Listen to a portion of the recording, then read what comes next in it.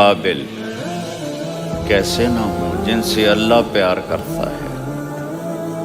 والضحیٰ واللیل اذا سجا ما ودعک ربک وما قلی وللآخرۃ خیر لک من الاولی ولسوف یعطیک ربک فترضی۔ اس میں ایک تو ترجمہ ہے والضحیٰ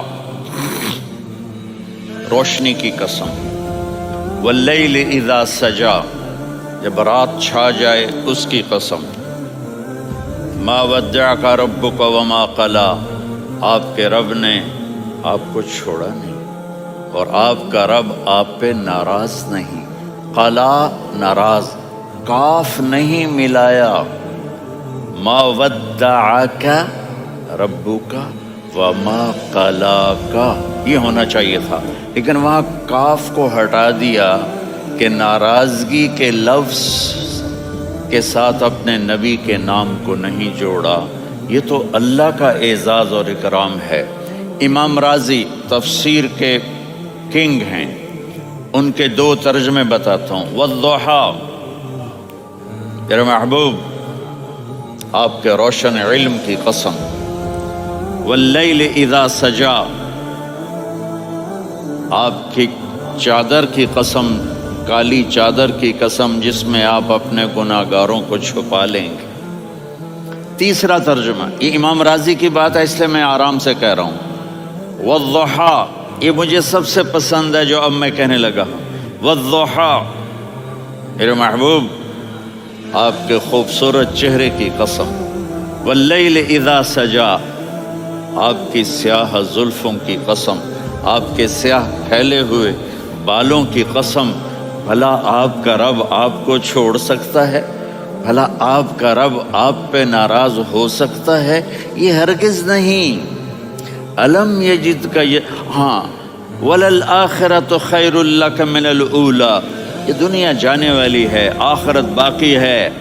آپ نے فرمایا انا سید ولد آدم یوم القیامہ ولا فخر، قیامت کا دن دیکھو گے سرداری میرے ہاتھ میں ہوگی۔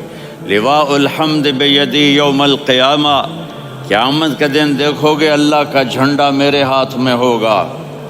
انا خطیبہم اذا انصتوا، لوگ خاموش ہوں گے میں بولوں گا۔ انا قائدہم اذا وفدوا، لوگ چلیں گے میں لیڈ کروں گا۔ انا شافعہم اذا حبسوا، قدم رک جائیں گے میں شفاعت کروں گا۔ انا مبشرہم اذا ایسوا، وہ نا امید ہوں گے میں خوشخبریاں سناؤں گا۔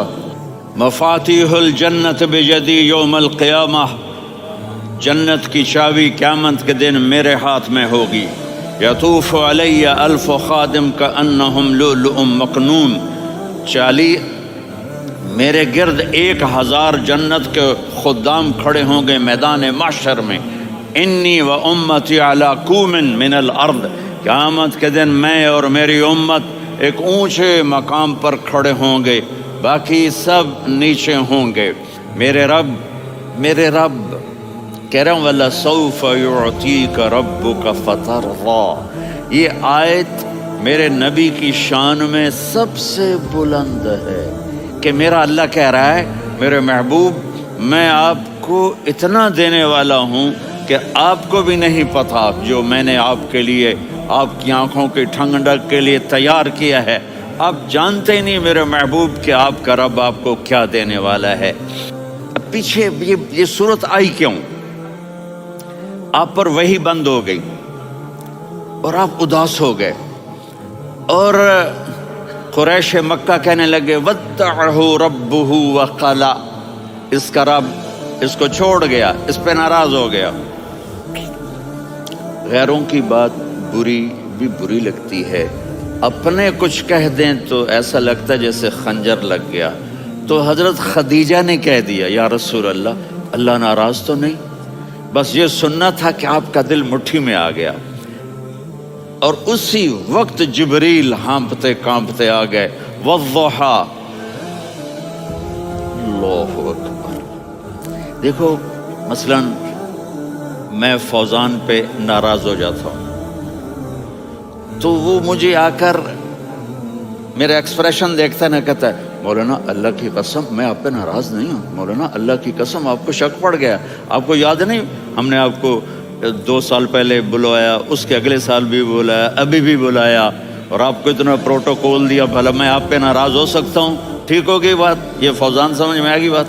اب اللہ تعالیٰ کہہ رہا ہے میرے نبی مجھے قسم ہے دن اور رات کی، مجھے قسم ہے تیرے علم اور تیری چادر کی، مجھے قسم ہے تیرے چہرے، تیرے خوبصورت بالوں کی، میں نے تمہیں نہیں چھوڑا۔